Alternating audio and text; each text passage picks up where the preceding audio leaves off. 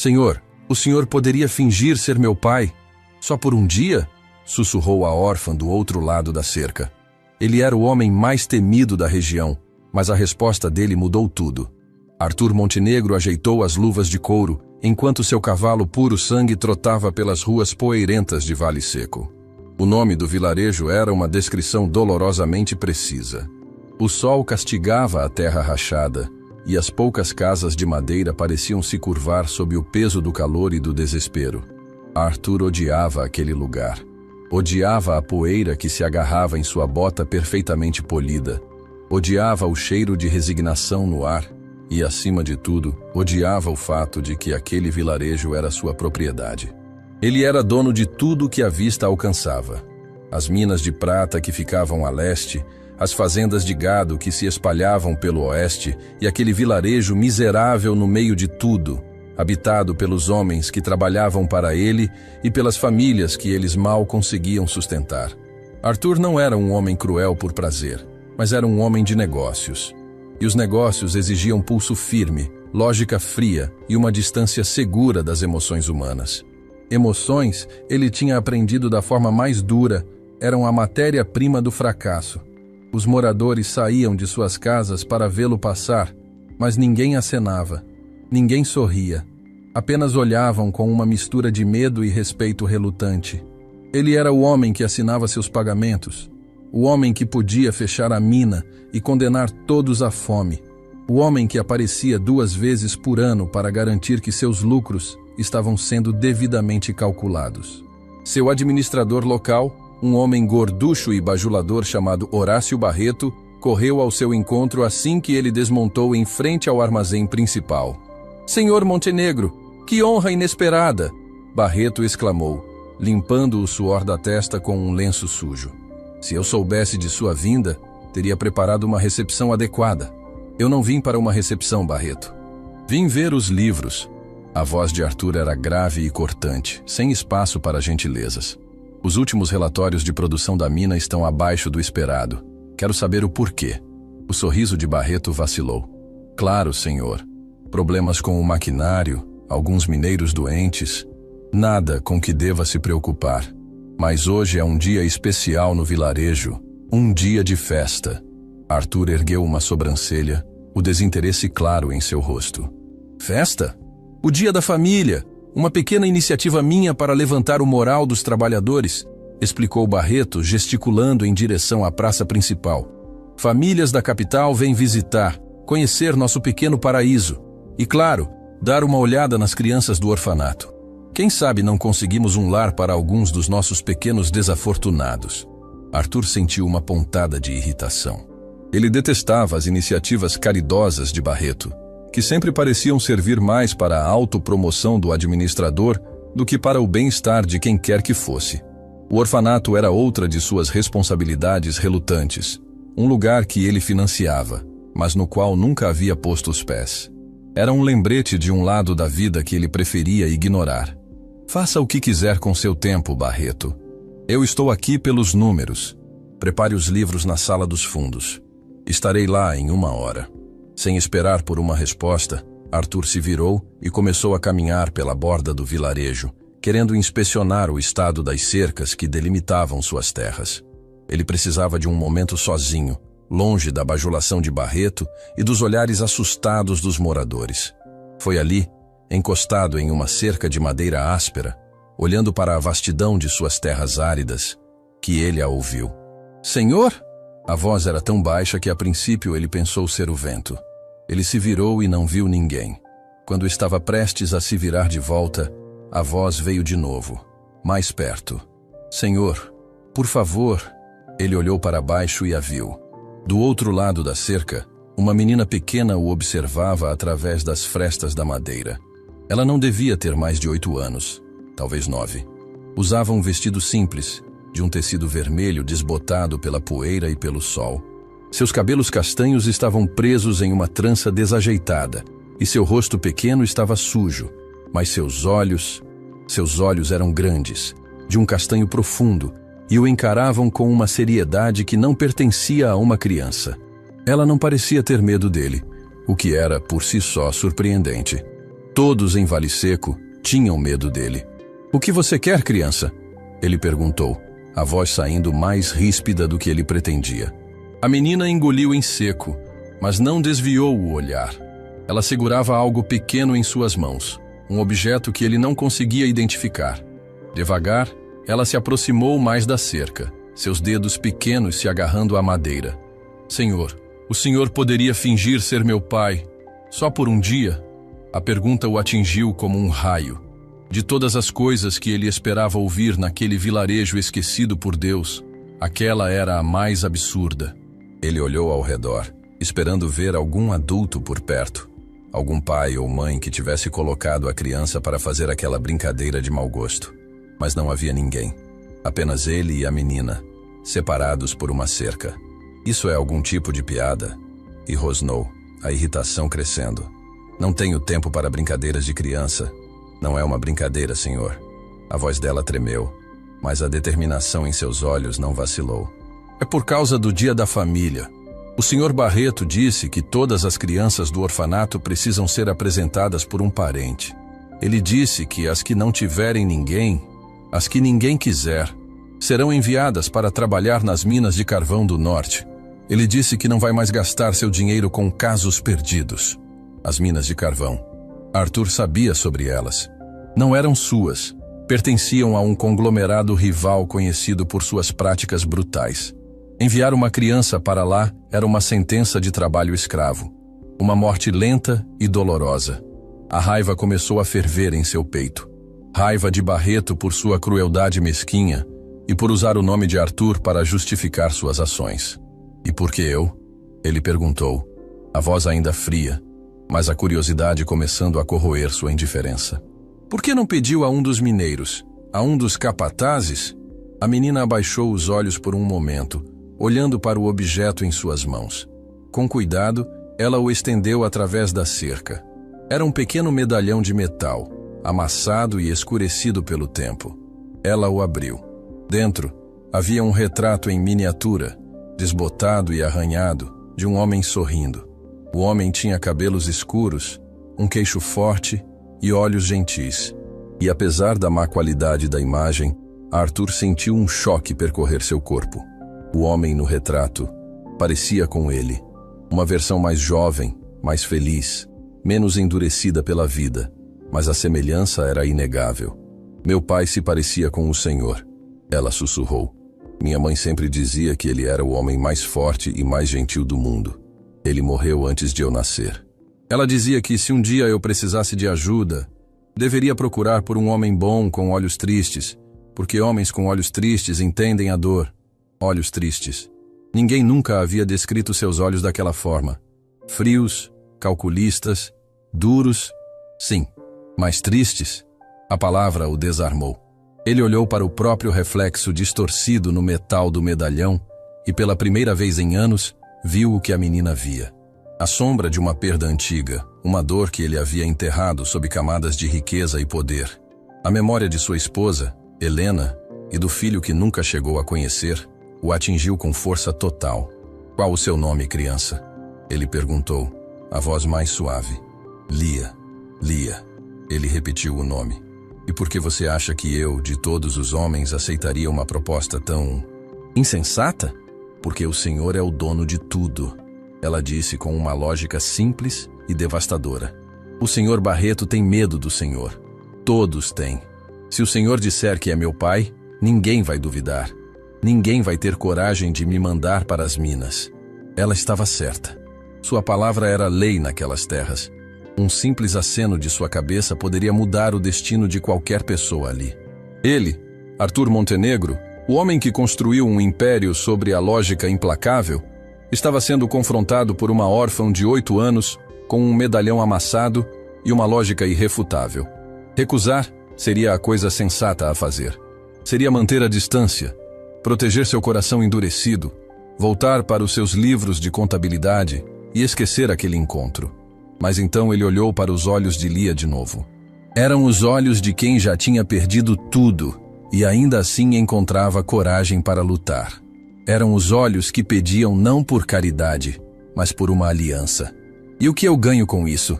ele perguntou, testando-a uma última vez. Lia pensou por um momento. O senhor vai ter feito uma coisa boa. Minha mãe dizia que fazer coisas boas é como plantar uma semente no deserto. A gente nunca sabe se vai virar uma flor, mas a semente está lá. Arthur ficou em silêncio por um longo momento, o coração travando uma batalha contra a mente. A mente dizia que era loucura, um risco desnecessário, uma complicação emocional que ele não precisava. Mas o coração, aquele órgão traidor que ele pensava ter silenciado para sempre, sussurrava o nome de Helena. Sussurrava sobre promessas perdidas e segundas chances. Ele deu a volta na cerca, parando na frente de Lia. Ajoelhou-se na poeira, sem se importar com a calça cara de seu terno. Agora eles estavam no mesmo nível. Ele estendeu a mão e tocou o medalhão. Seu pai era um homem de sorte por ter uma filha tão corajosa. Os olhos de Lia se encheram de lágrimas, as primeiras que ela deixou escapar. O senhor vai fazer isso? Arthur Montenegro respirou fundo, tomando a decisão mais ilógica e impulsiva de sua vida adulta. Por um dia, Lia. Apenas por um dia. Eu serei seu pai. Ele se levantou e estendeu a mão para ela. Lia hesitou por uma fração de segundo. Depois colocou sua mão pequena e suja na dele. A sensação do toque dela, tão frágil e ao mesmo tempo tão firme, enviou outra onda de choque através dele. Era real. Ele estava fazendo aquilo. Vamos, ele disse. Temos um administrador para colocar em seu devido lugar. Enquanto caminhavam de mãos dadas em direção à praça principal, um silêncio estranho começou a cair sobre o vilarejo. As pessoas paravam o que estavam fazendo, os mineiros, as mulheres, as crianças. Todos olhavam, boquiabertos.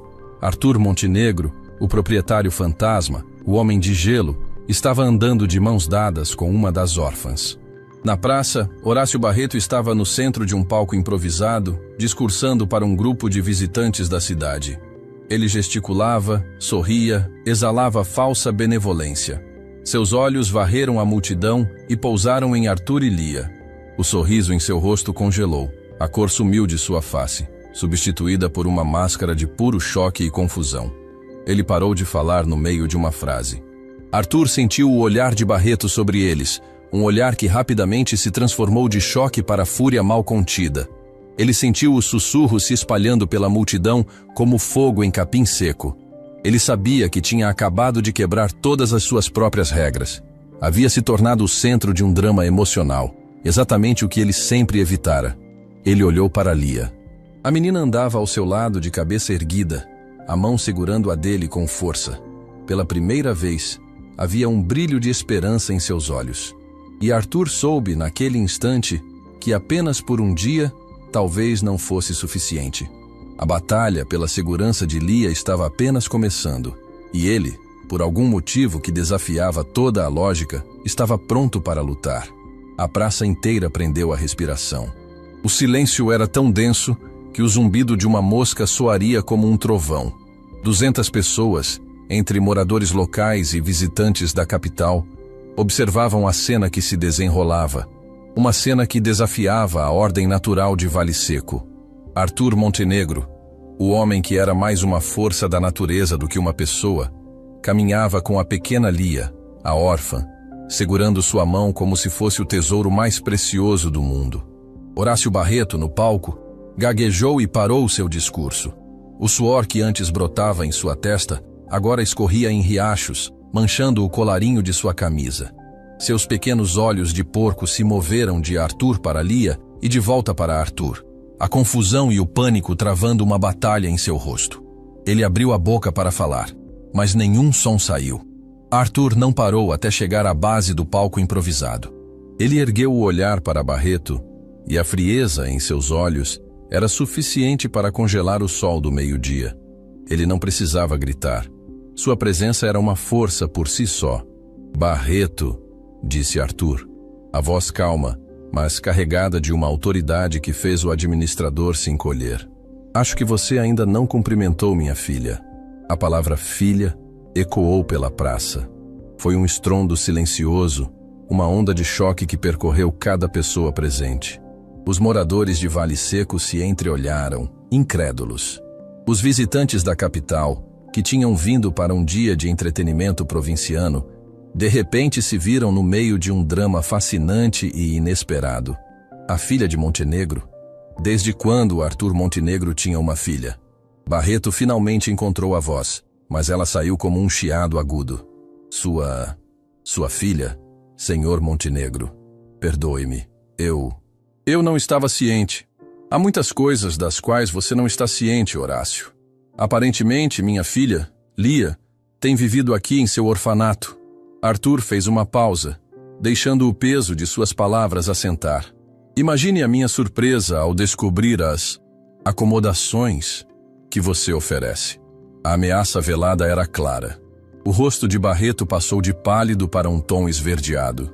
Ele sabia que estava em apuros. A humilhação que ele planejara para as crianças órfãs estava se voltando contra ele de uma forma espetacular. Foi um mal-entendido, senhor. Um erro administrativo terrível. Se eu soubesse... Ele começou a balbuciar. O erro, Barreto, foi seu, Arthur o cortou. Agora, se nos der licença, minha filha e eu gostaríamos de aproveitar o dia da família. Ele se virou para a multidão, seu olhar varrendo os rostos curiosos. Pela primeira vez, ele não viu apenas medo. Viu algo mais. Respeito. E nos rostos dos visitantes, viu uma curiosidade voraz. Ele sabia que seria o assunto dos jantares na capital por semanas. Com a mesma calma, ele guiou Lia para longe do palco, em direção às barracas de comida e jogos que haviam sido montadas na praça. A multidão se abriu para eles, como o mar se abriu para Moisés. Lia, que momentos antes era apenas uma órfã invisível, agora era o centro do universo de Vale Seco. Ela apertou a mão de Arthur, um gesto que era metade medo, metade um novo tipo de segurança que ela nunca havia experimentado. O que a gente faz agora, pai?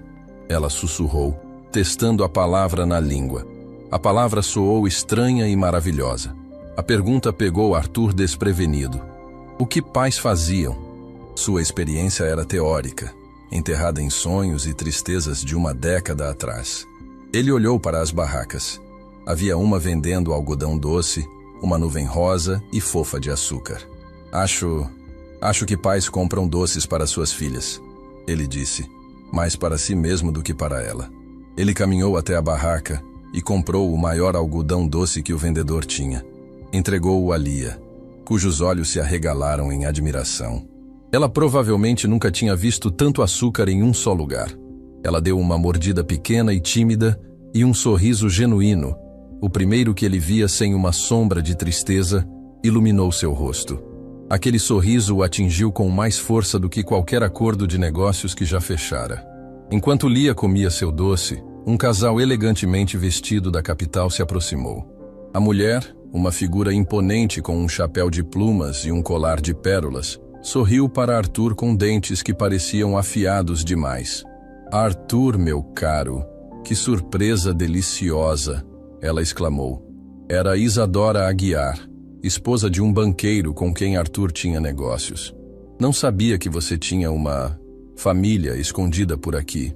Você sempre foi tão discreto sobre sua vida pessoal. Seu tom era leve, mas a pergunta era uma sonda, uma tentativa de descobrir a verdade por trás daquela cena improvável. Arthur sentiu o desafio.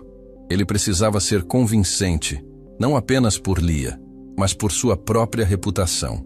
Isadora, ele respondeu com um aceno de cabeça, a calma em sua voz desmentindo a rapidez com que sua mente trabalhava. A vida tem suas surpresas. Lia é filha de um casamento anterior, uma história longa e complicada que não é para uma praça de vilarejo. Ele colocou a mão protetoramente no ombro de Lia. Ela vivia com a mãe no exterior. Após o falecimento de sua mãe, ela veio para ficar comigo. Pensei que um tempo no campo, longe da agitação da cidade, lhe faria bem. A mentira fluiu com uma facilidade surpreendente. Era plausível, explicava a ausência dela e apelava para a sentimentalidade que pessoas como Isadora adoravam. A mulher pareceu satisfeita, embora seus olhos ainda brilhassem com curiosidade. Que história comovente! E que menina encantadora! Ela disse, olhando para Lia. Como se chama, querida? Lia Montenegro. A menina respondeu.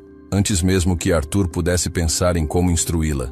Ela disse o sobrenome com uma firmeza que surpreendeu a todos. Ela estava se agarrando àquele dia, àquela identidade, com todas as suas forças. O queixo de Isadora caiu ligeiramente. A menina já tinha adotado o nome.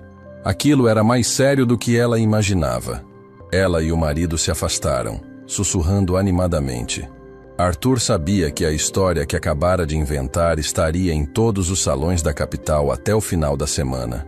Você foi muito bem, ele sussurrou para Lia. Pais e filhas têm o mesmo nome, não é? Ela respondeu, com a lógica impecável de uma criança. Eu ouvi as outras crianças falando. Eles passaram a hora seguinte vagando pela feira.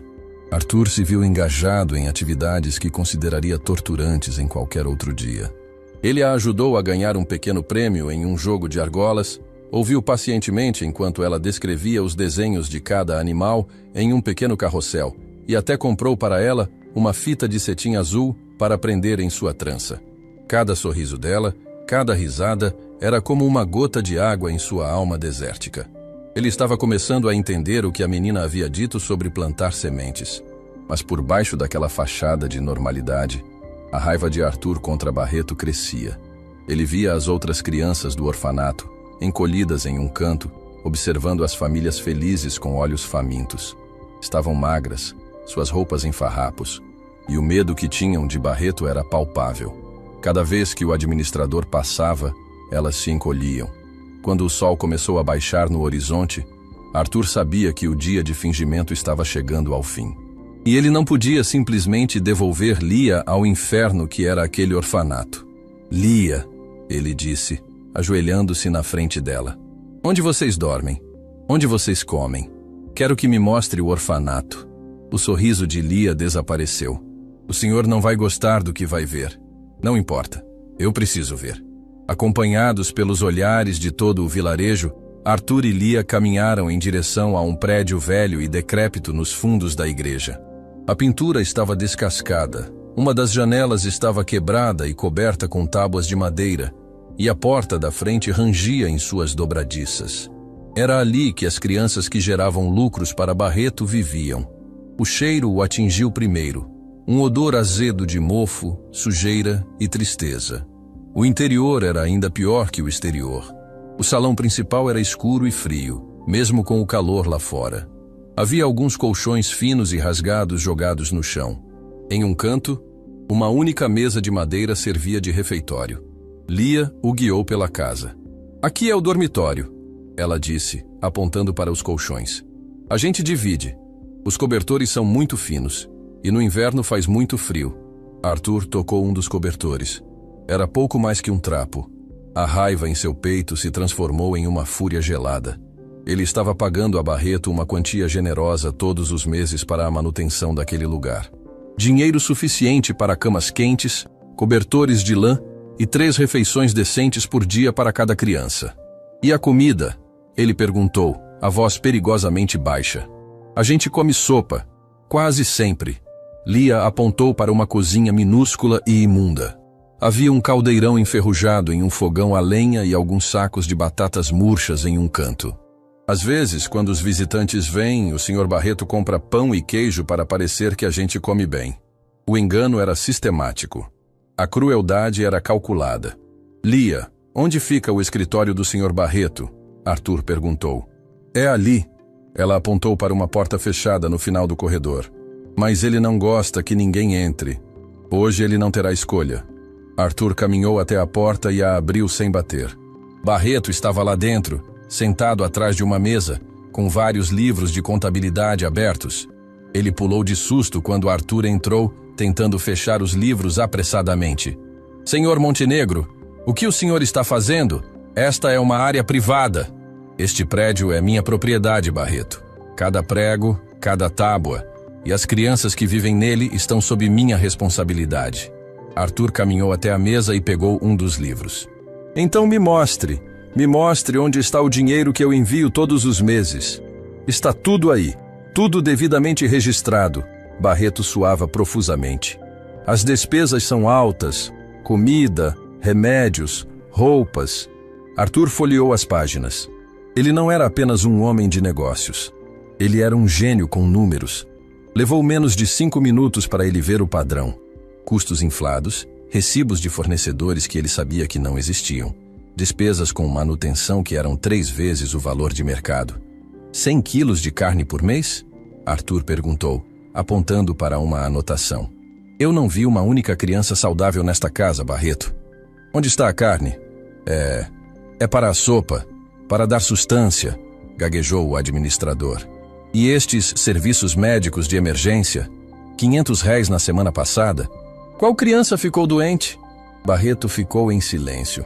Seus olhos corriam pela sala, procurando uma rota de fuga. Foi então que Lia, que estava parada na porta, falou. Foi o pequeno Pedro, senhor. Ele caiu e quebrou o braço. O senhor Barreto não chamou o médico.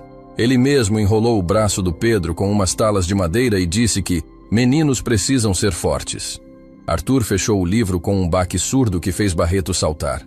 A fúria em seu rosto era tão intensa que o administrador deu um passo para trás, tropeçando em sua própria cadeira.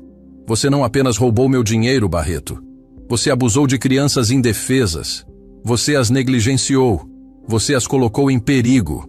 Arthur se inclinou sobre a mesa, seu rosto a centímetros do de Barreto. Eu vou destruir você. Não vou apenas demiti-lo. Vou garantir que você passe o resto de sua vida miserável em uma cela tão fria e escura quanto este lugar.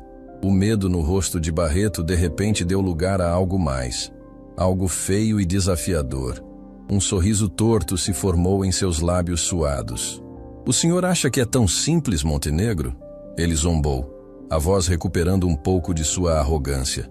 O senhor acha que eu sou apenas um administrador de vilarejo? Arthur franziu a testa. O que você quer dizer com isso? Eu não trabalho sozinho. Barreto se endireitou, sentindo-se mais corajoso agora que seu segredo estava prestes a ser revelado. Há pessoas muito mais poderosas do que eu envolvidas nisso. Pessoas que não gostam quando seus lucros são interrompidos. Que lucros? Arthur perguntou, embora uma sensação terrível já estivesse se formando em seu estômago. O dinheiro, Montenegro. O dinheiro que eu economizo aqui, com comida, com remédios, com o conforto dessas crianças inúteis, não fica todo comigo. Ele sobe. Sobe para pessoas importantes na capital. Pessoas que garantem que ninguém nunca venha fiscalizar este lugar. Barreto riu, um som horrível e oco. E as crianças, as que ninguém quer, as que mandamos para as minas, isso também é parte de um arranjo muito lucrativo. Mão de obra barata para seus donos e uma comissão generosa para nós. O mundo de Arthur parou. Não era apenas negligência e fraude. Era uma conspiração organizada para desviar fundos públicos e explorar trabalho infantil de forma brutal. Aquele monstro na sua frente era apenas um peão, em um jogo muito maior e mais sujo. Se eu for para a prisão, eu não vou sozinho. Barreto continuou, saboreando o choque no rosto de Arthur. Meus parceiros não vão permitir. Eles têm poder, Montenegro. Poder na capital. Eles podem destruir seus negócios, sua reputação. Podem até mesmo machucar as pessoas com quem o senhor se importa. Seus olhos se desviaram para Lia, que ainda estava parada na porta, o rosto pálido de horror. Uma menina tão bonita, sua filha. Seria uma pena se algo acontecesse com ela. Um acidente nas minas, talvez? Eles sempre acontecem. A ameaça pairou no ar, venenosa e real. Arthur sentiu um tipo de medo que não sentia há anos. Não por si mesmo, por Lia. Ele tinha entrado naquela história para proteger uma criança por um dia e acabara de descobrir que a colocara no centro de uma conspiração perigosa. Seus inimigos não eram apenas homens de negócios rivais. Eram criminosos que exploravam crianças para lucrar. Saia daqui, Arthur disse, a voz um sussurro gelado. Com prazer, Barreto pegou o chapéu. Mas pense bem, Montenegro. O senhor mexe comigo, e a vida de sua preciosa Lia não valerá um centavo. Talvez seja melhor para todos se o senhor simplesmente esquecer o que viu aqui hoje. Posso até devolver uma parte do dinheiro. Depois que Barreto saiu, Arthur ficou parado no escritório escuro e mofado, o silêncio quebrado apenas pela sua respiração pesada. Ele olhou para os livros de contabilidade, que agora pareciam mais um registro de crueldade do que de finanças. Ele tinha duas opções: recuar, proteger a si mesmo e a Lia do perigo imediato, ou ir para a guerra. Ele olhou para a porta, onde Lia estava, tremendo, mas ainda de pé. Seus olhos se encontraram, e em seu olhar, ele não viu apenas medo. Viu uma pergunta silenciosa: o que vamos fazer agora? Não era mais: o que o Senhor vai fazer? Era nós. De alguma forma, naquele dia louco, eles haviam se tornado uma unidade, uma família forjada no fogo. A promessa que ele fizera de manhã, apenas por um dia, agora parecia uma piada cruel. Aquele dia não tinha sido o fim. Tinha sido o começo de algo muito maior e mais perigoso do que ele jamais poderia ter imaginado. E olhando para o rosto pequeno e determinado de Lia, Arthur Montenegro soube que recuar não era uma opção. Ele tinha feito uma promessa a ela, e a si mesmo, e iria cumpri-la, não importava o custo. Ele iria queimar o mundo inteiro se fosse preciso para manter aquela menina segura. A primeira decisão de Arthur foi forjada no fogo da ameaça de Barreto. A segurança de Lia não era mais uma questão de um dia. Era uma questão de vida ou morte. Assim que o administrador corrupto saiu do escritório do orfanato, Arthur se moveu com a velocidade e a precisão de um general em campo de batalha. Ele trancou a porta, pegou Lia no colo e a levou para a sala principal, onde as outras crianças observavam, assustadas e confusas. "Onde estão seus pertences?" ele perguntou a Lia, a voz baixa, mas firme. "Só tenho o meu medalhão", ela sussurrou, apertando o objeto contra o peito. Aquela simples frase foi como uma faca no coração de Arthur. Uma vida inteira que cabia na palma de uma mão. "Isso vai mudar", ele declarou. Virou-se para os dois capatazes leais que o haviam acompanhado de sua fazenda principal e deu ordens curtas e claras. "Gomes, você fica aqui. Ninguém entra ou sai deste prédio sem a minha permissão expressa. Barreto está proibido de chegar a menos de 100 metros. Se ele tentar, você tem minha autorização para usar a força necessária. Mendes, prepare minha carruagem. Partimos em 10 minutos. E mande um mensageiro para a senhora Elvira na fazenda. Diga que ela deve vir para Vale Seco imediatamente e assumir o comando deste lugar. Diga que é uma emergência familiar." Senhora Elvira era sua governanta há 20 anos. Uma mulher austera, mas com um coração de ouro. A única pessoa no mundo em quem ele confiava implicitamente. Em menos de 15 minutos, Arthur estava acomodando Lia na carruagem mais luxuosa que o vilarejo já vira. Ele a envolveu em um cobertor de lã macia que mantinha para as viagens frias e sentou-se à sua frente, a porta se fechando com um baque sólido que pareceu separá-los do resto do mundo. "Para onde vamos?" Lia perguntou, os olhos arregalados enquanto a carruagem começava a se mover, deixando para trás o único lar que ela conhecia. "Para minha casa", Arthur respondeu. "Você vai morar comigo agora, Lia, para sempre. Mas preciso que você me prometa uma coisa. Nós vamos ter que ser muito cuidadosos por um tempo. Haverá pessoas que não ficarão felizes com o fato de estarmos juntos. Você não deve falar com estranhos. Não deve sair sozinha, nunca. Você entende? São os amigos do Sr. Barreto?" ela perguntou, mostrando uma percepção que o assustou e o orgulhou ao mesmo tempo. "Sim, são os amigos dele." Arthur fez uma pausa. "Mas eles não sabem com quem estão lidando. Eles cometeram um erro. Eles ameaçaram você. E isso é algo que eu não perdoo." A viagem de 2 dias para a Estância Montenegro foi uma transição entre mundos. Eles deixaram a poeira e a miséria de Vale Seco para trás e entraram em um reino de colinas verdes, rios sinuosos e pastos vastos. A casa principal de Arthur não era uma casa. Era uma fortaleza, uma mansão de pedra e madeira escura que se erguia no topo de uma colina, comandando a vista de todo o vale. Para Lia, era como chegar a um castelo de conto de fadas. As primeiras semanas foram um turbilhão de novas experiências para ela e de um aprendizado desajeitado para Arthur. Ele descobriu que ser pai era muito mais do que dar ordens e prover segurança material. Lia, agora vivendo em um quarto maior que todo o orfanato, com vestidos novos e mais comida do que podia imaginar, ainda se sentia perdida. A imensidão da casa a assustava. O silêncio era opressor depois do barulho constante das outras crianças. Arthur, por sua vez, tentava preencher o vazio com coisas. Contratou tutores, comprou brinquedos caros, mandou construir um balanço no jardim. Mas Lia continuava quieta, reclusa. A senhora Elvira, que chegou no dia seguinte, foi a ponte entre eles. Senhor, a menina não precisa de um vestido de seda, ela precisa do seu tempo. Elvira disse a ele uma noite, com a franqueza que só ela ousava usar. Ela não precisa de um professor de piano. Ela precisa que o senhor leia uma história para ela antes de dormir. Arthur sentiu-se um tolo. Ele, o mestre dos negócios, o homem que entendia as complexidades dos mercados globais, não sabia como se conectar com uma única criança. Naquela noite, ele bateu timidamente na porta do quarto de Lia. Ela estava sentada na cama, abraçada ao medalhão. Eu trouxe um livro, ele disse, mostrando um volume de contos de fadas.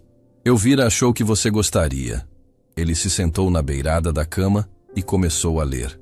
Sua voz, acostumada a dar ordens, soava estranha lendo sobre princesas e dragões, mas ele persistiu. Depois de alguns minutos, sentiu um peso em seu ombro. Lia havia se encostado nele, adormecendo ao som de sua voz. Arthur ficou imóvel, com medo de quebrar o encanto daquele momento. Foi a primeira vez em uma década que ele se sentiu genuinamente em paz. Enquanto a frágil paz se instalava na mansão, a guerra começava na capital. Arthur viajou para a cidade, deixando Lia sob a proteção de Elvira e de uma guarda reforçada. Sua primeira parada foi o escritório de Dr. Caio Valente, um advogado criminalista lendário, conhecido por sua mente brilhante e sua moralidade flexível. Uma conspiração envolvendo desvio de verbas públicas e trabalho infantil forçado, Arthur? Valente disse, recostando-se em sua cadeira de couro. Você não sabe escolher seus passatempos. Isso é sujo, perigoso e envolve pessoas que fazem o sistema judiciário parecer um jardim de infância. Eu não escolhi isso, Caio. Isso me escolheu. Arthur respondeu, o rosto sério. Eles ameaçaram a menina. Isso tornou a questão pessoal.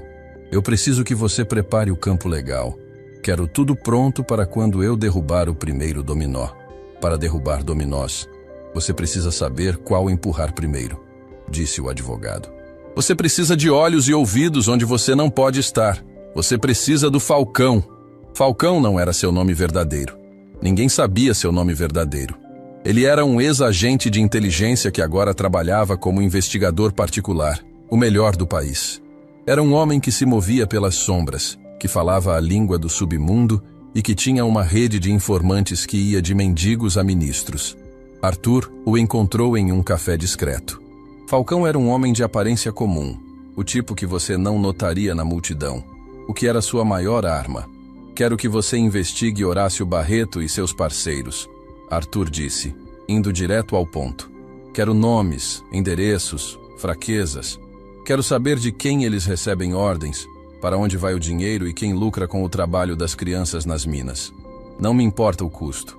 Falcão tomou um gole de seu café. O custo não será apenas dinheiro, senhor Montenegro. Quando você começa a puxar os fios de uma teia como essa, a aranha vem atrás de você. E as aranhas nesse negócio são venenosas. Elas vão atacar seus negócios, sua reputação, sua família. Estou ciente, Arthur disse pensando em Lia. Apenas faça o seu trabalho. A profecia de Falcão começou a se realizar mais rápido do que Arthur imaginava. Uma semana depois, suas empresas sofreram um ataque coordenado na Bolsa de Valores. Ações que eram estáveis há anos despencaram, forçando-o a vender ativos para cobrir as perdas. Era uma manobra clara, um aviso. Depois veio o ataque à sua reputação. Jornais de fofocas, financiados anonimamente, começaram a publicar histórias venenosas. Magnata solitário enlouquece e adota órfã, dizia uma manchete. Fontes próximas.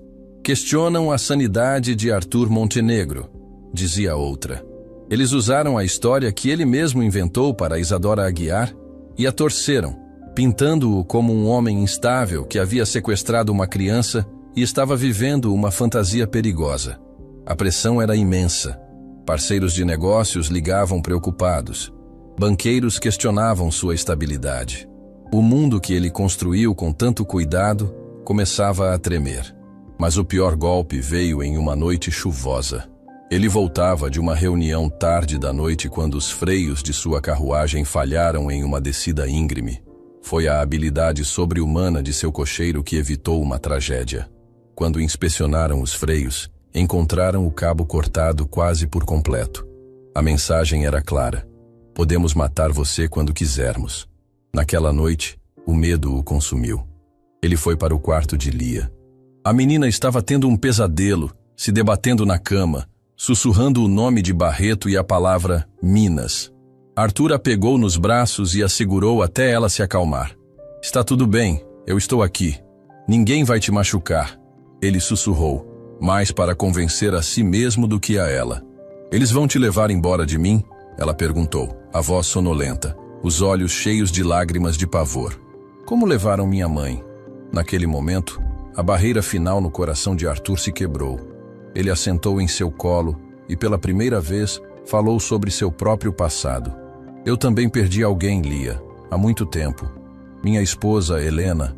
Nós íamos ter um filho, um menino, mas eles não sobreviveram ao parto.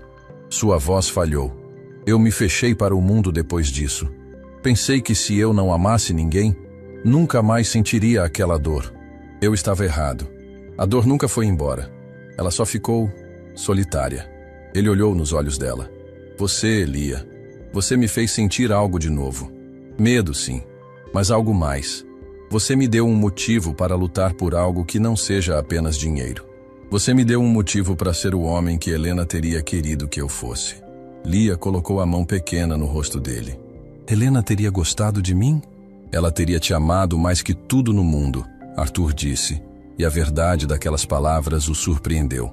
Aquele momento de vulnerabilidade compartilhada solidificou o que ambos já sabiam.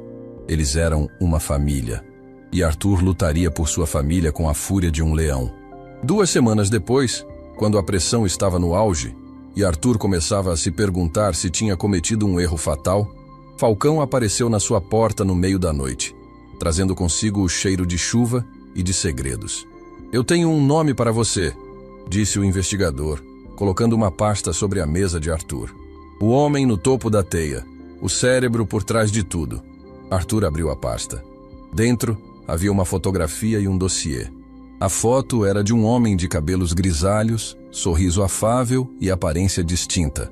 Um homem que Arthur conhecia de vista. Um homem considerado um pilar da comunidade. Um exemplo de retidão. Juiz Inácio Alencar. Arthur leu o nome em voz alta, sentindo o sangue gelar. Um dos juízes mais respeitados do tribunal da capital. Ele mesmo, confirmou Falcão. Ele usa sua posição para enterrar qualquer investigação sobre a rede de desvios. Ele aprova a criação de orfanatos fantasmas que recebem verbas e não existem. E ele assina as ordens que permitem que crianças como as de Vale Seco sejam transferidas para os campos de trabalho nas minas. Ele é o protetor da operação. Enquanto ele estiver no poder, eles são intocáveis. Como vamos derrubá-lo? A palavra de um criminoso como Barreto não valerá nada contra a dele. É aí que entra a beleza do meu trabalho. Falcão sorriu pela primeira vez. Um sorriso fino e perigoso. Juiz Alencar tem uma fraqueza muito cara. Ele é viciado em jogos de cartas clandestinos. Ele deve uma fortuna para algumas pessoas muito perigosas, pessoas que não se importam com seu título de juiz. Falcão abriu outra parte da pasta. Eram cópias de livros-caixa de uma casa de jogos ilegal, detalhando as perdas astronômicas do juiz. E mais, um nome. O nome de um agiota que estava ficando impaciente. Alencar está desesperado por dinheiro, continuou Falcão. E é por isso que ele tem pressionado seus operadores como Barreto, para cortar ainda mais os custos e aumentar a comissão dele sobre as crianças enviadas para as minas. Ele precisa do dinheiro da corrupção para pagar suas dívidas de jogo.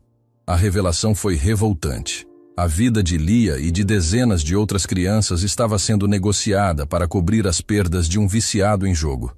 Isso é o suficiente? Arthur perguntou.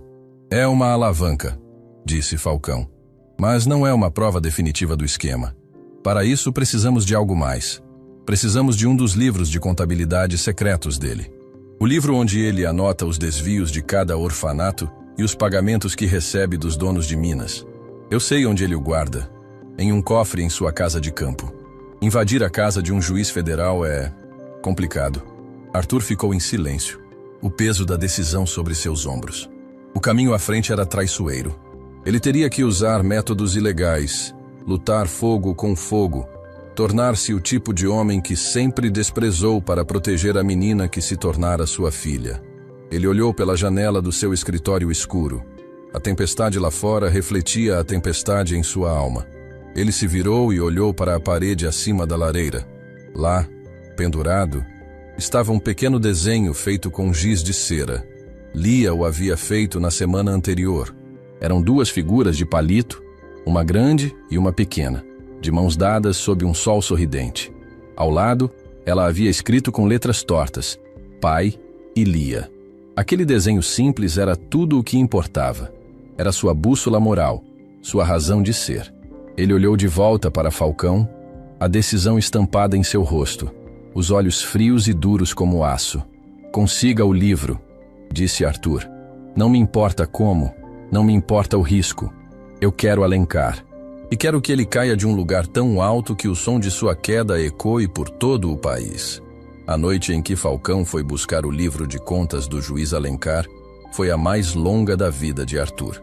Ele permaneceu em seu escritório, a porta trancada, um copo de uísque intocado sobre a mesa, enquanto a tempestade que antes se limitava ao céu, agora rugia dentro dele. Cada rangido da casa, cada uivo do vento, parecia o som de um desastre iminente. Ele não estava acostumado a entregar seu destino nas mãos de outros. Pela primeira vez, ele não era o jogador, mas aquele que esperava o resultado do jogo. O que o aterrorizava era que a aposta naquela mesa não era seu dinheiro ou sua empresa, era a vida de Lia. Pouco antes do amanhecer, a silhueta de Falcão apareceu na porta de seu escritório, como um fantasma emergindo da noite. Ele estava encharcado pela chuva, mas seus olhos brilhavam com o triunfo da caçada. Sem dizer uma palavra, ele colocou um pesado livro de capa de couro sobre a mesa de mogno de Arthur. O cofre de um juiz federal não é tão impressionante quando se sabe que a combinação é a data de aniversário da amante dele, disse Falcão com um toque de desdém. Arthur abriu o livro. O que viu fez seu sangue ferver e gelar ao mesmo tempo. Era uma caligrafia meticulosa, quase elegante, registrando o mais hediondo dos esquemas. Nomes de orfanatos, verbas governamentais recebidas, os valores ínfimos que eram de fato gastos e o lucro desviado. Ao lado, havia uma contabilidade paralela, os nomes dos donos de minas e os pagamentos que faziam pelo empréstimo de mão de obra infantil. E no final de cada mês, a divisão dos lucros entre os conspiradores, com a maior fatia indo para uma única inicial. IA, juiz Inácio Alencar. É o fim deles, Arthur disse, a voz rouca pela raiva contida. É o começo da guerra de verdade, corrigiu Falcão. Com isso, podemos ir à polícia. Não, Arthur o interrompeu. Alencar tem informantes em todos os departamentos. Se souber que estamos com o livro, ele desaparece, seus parceiros se escondem e as provas somem. Ele não vai ser pego por um erro burocrático. Ele vai cair em uma armadilha que ele mesmo ajudou a construir.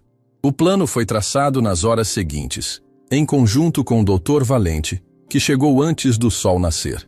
Era um plano audacioso, arriscado e que beirava a ilegalidade, mas era a única forma de garantir que a rede inteira fosse desmantelada. Primeiro, Falcão usou suas conexões no submundo para que o agiota do juiz Alencar apertasse o cerco. As ameaças se tornaram diárias, brutais. O juiz, em pânico, precisava de uma grande quantia de dinheiro, e rápido.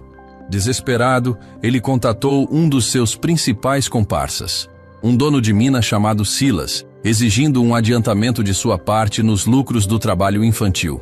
Enquanto isso, Dr. Valente, usando de toda a sua influência, conseguiu uma reunião secreta com o coronel Bastos, chefe de uma pequena e temida unidade da Polícia Federal, conhecida por sua integridade e por operar fora dos canais corruptos da polícia local. Valente apresentou apenas o suficiente para provar a existência da conspiração, sem revelar todas as suas cartas. O coronel, um homem que desprezava a corrupção que via em seus pares, concordou em fornecer apoio para uma operação sigilosa, confiando na reputação de Arthur e na astúcia de Valente. A armadilha estava montada. A isca foi a reunião entre o juiz Alencar e Silas, o dono da mina. Alencar, precisando desesperadamente do dinheiro em espécie para pagar o agiota, concordou em encontrar Silas em um armazém abandonado no distrito portuário da capital. O local, sugerido por um informante de Silas que na verdade trabalhava para Falcão, era o palco perfeito. Estava isolado, supostamente seguro e, o mais importante, totalmente sob o controle de Arthur. Na noite da reunião, Arthur estava a quilômetros de distância, na estância Montenegro, mas seu coração estava no armazém escuro e úmido. Ele colocou Lia para dormir, lendo para ela a história de um cavaleiro que luta contra um dragão para proteger seu reino. "Você é o meu cavaleiro, não é, pai?" Ela murmurou, quase adormecida. "Eu sempre serei, Lia." Ele respondeu beijando sua testa. "Sempre." No porto a tensão era palpável. Silas esperava, nervoso, com uma maleta de dinheiro. Logo, 2 carruagens escuras chegaram. Da primeira, desceu Horácio Barreto, parecendo um rato assustado e fora de seu elemento. Da segunda, veio o juiz Inácio Alencar, tentando manter uma fachada de autoridade, mas com o pânico brilhando em seus olhos. "Você trouxe o dinheiro?" Alencar perguntou sem rodeios. "Está tudo aqui", disse Silas, abrindo a maleta. "Mas a pressão sobre nós está aumentando, juiz. Montenegro não vai desistir. Ele tem recursos infinitos. Montenegro é um homem só. Nós temos o sistema", zombou Alencar, sua arrogância voltando ao ver o dinheiro. "Eu controlo os tribunais. Nenhuma acusação contra nós jamais prosperará. Agora vamos aos negócios. Preciso de mais verba. E as minas precisam de mais trabalhadores. Quero que você mande Barreto esvaziar o orfanato de Vale Seco até o final do mês. Mande todos os que forem fortes o suficiente." "Mas e o Montenegro? E a menina dele?" gaguejou Barreto. "A menina será um exemplo", disse Alencar, a voz fria como gelo. "Assim que resolvermos meus problemas financeiros, cuidaremos dela e de seu pai. Um acidente trágico. Acontece." A conversa inteira estava sendo gravada por microfones que a equipe de Falcão havia escondido no armazém horas antes. Era a confissão de que precisavam. Foi o sinal. As portas do armazém explodiram e a unidade de elite do Coronel Bastos invadiu o local, armas em punho. "Parados! Polícia Federal!" Barreto gritou e tentou correr, mas foi derrubado imediatamente. Silas ergueu as mãos, resignado. Alencar, no entanto, ficou paralisado por um momento, antes de sua fúria e seu status tomarem conta. "Vocês sabem quem eu sou?" Ele gritou para os policiais. "Eu sou o juiz Alencar. Vocês estão cometendo um erro terrível. Seus superiores saberão disso amanhã de manhã." "Seus superiores já sabem, Inácio", disse uma voz calma vinda da escuridão. Arthur Montenegro emergiu das sombras, onde esteve o tempo todo observando. Em suas mãos, ele segurava o livro de capa de couro. Ele o jogou sobre uma das caixas. "Acabou", disse Arthur. "Cada orfanato fantasma, cada centavo desviado, cada criança que você mandou para uma vida de miséria nas minas. Está tudo aí." O rosto de Alencar desmoronou. A arrogância se foi, substituída pelo terror da ruína total. Ele olhou para Arthur com puro ódio. Você me destruiu. Você se destruiu no momento em que decidiu que a vida de uma criança valia menos que uma aposta em um jogo de cartas." Arthur respondeu friamente. Naquela noite, a maior rede de corrupção e trabalho infantil do país foi desmantelada. A queda do juiz Alencar causou um terremoto político e judicial. Os jornais, que semanas antes difamavam Arthur, agora o celebravam como um herói. Seu nome foi limpo, sua reputação restaurada e elevada a um novo patamar. Mas a vitória de Arthur foi agridoce. Olhando para as crianças que seriam libertadas por causa daquela operação, ele sabia que a batalha não havia terminado. A prisão dos criminosos era apenas o primeiro passo. A verdadeira luta era curar as feridas que eles haviam deixado. Nos meses que se seguiram, Arthur dedicou sua vida e sua fortuna a uma nova missão. Ele usou os registros do livro de Alencar para financiar uma operação massiva, liderada por Falcão, para resgatar todas as crianças das minas e de outros orfanatos corruptos controlados pela rede. Conseguiram encontrar dezenas delas, vivendo em condições desumanas. Em Vale Seco, o antigo orfanato foi demolido. Em seu lugar, Arthur construiu um novo complexo, um lugar de luz, esperança e cura. Havia dormitórios confortáveis, uma escola, um refeitório com comida de verdade, um grande jardim e uma equipe de psicólogos e cuidadores liderados pela firme e amorosa senhora Elvira. Ele o chamou de Centro de Acolhimento Helena, em homenagem à sua esposa. Era como se a semente que Lia havia mencionado estivesse finalmente florescendo no deserto. Lia se tornou a alma do centro. Tendo passado pela mesma dor, ela possuía uma capacidade inata de se conectar com as crianças recém-chegadas. Ela as ensinava a ler, contava as histórias que Arthur agora lia para ela todas as noites e, o mais importante, mostrava a elas que era possível confiar novamente. Um dia, enquanto revisava alguns documentos antigos recuperados durante a investigação, Arthur encontrou um arquivo sobre os pais de Lia. A verdade que descobriu foi comovente. O pai de Lia, um jovem engenheiro chamado Daniel, não tinha morrido em um acidente. Ele havia sido contratado anos antes para fazer um levantamento das terras ao redor de Vale Seco e descobrira o esquema de desvio de verbas e o uso de trabalho infantil nas minas. Antes que pudesse denunciá-los, ele foi silenciado. Sua esposa, grávida de Lia, fugiu, morrendo alguns anos depois de doença, não sem antes deixar para a filha o medalhão e a história de um pai herói. Daniel não apenas se parecia com Arthur, ele compartilhava do mesmo senso de justiça. Arthur contou a verdade para Lia, não a parte brutal da morte, mas a parte do heroísmo. Ele lhe mostrou os relatórios que seu pai havia escrito, a coragem de um homem que se levantou contra a injustiça. Pela primeira vez, Lia sentiu uma conexão real com o pai que nunca conheceu, um orgulho que preencheu o vazio em seu coração. Um ano depois daquela noite no armazém, Arthur estava em Vale Seco, observando o pôr do sol do jardim do Centro Helena. O vilarejo não era mais seco. Com a administração honesta e os novos investimentos de Arthur, ele havia se tornado um lugar próspero. As casas estavam pintadas, havia uma nova escola para todas as crianças, e a mina operava com segurança e salários justos. Lia se aproximou e ficou ao seu lado segurando sua mão. Ela agora tinha 10 anos. Seus cabelos brilhavam sob o sol, e seus olhos, que um dia foram sérios e tristes, agora dançavam com a alegria da infância. "Olhe", ela disse, apontando para um grupo de crianças que brincava perto do balanço que Arthur construíra. Uma menina recém-chegada chorava, assustada. Lia foi até ela, ajoelhou-se e disse palavras que Arthur não pôde ouvir, mas pôde entender pelo gesto. Ela mostrou à menina seu próprio medalhão. A menina parou de chorar e sorriu. "Você ensinou a ela sobre as sementes no deserto?" Arthur perguntou quando Lia voltou. "Eu disse a ela que aqui é seguro", Lia respondeu, encostando a cabeça em seu braço. "Eu disse que o meu pai cuida de todos nós." Arthur a abraçou, sentindo uma onda de emoção tão avassaladora que quase o deixou sem ar. Ele olhou para o céu, pintado com as cores da esperança. O homem frio e calculista que chegara àquele vilarejo um ano antes havia morrido. Em seu lugar estava um pai, um construtor de futuros, um homem que havia encontrado sua própria salvação ao salvar os outros. Ele havia prometido a uma órfã que fingiria ser seu pai por um dia, mas no final, foi a coragem daquela menina que o ensinou a ser o homem que ele sempre deveria ter sido, transformando um dia de mentiras na mais bela e verdadeira história de sua vida. Fim da história.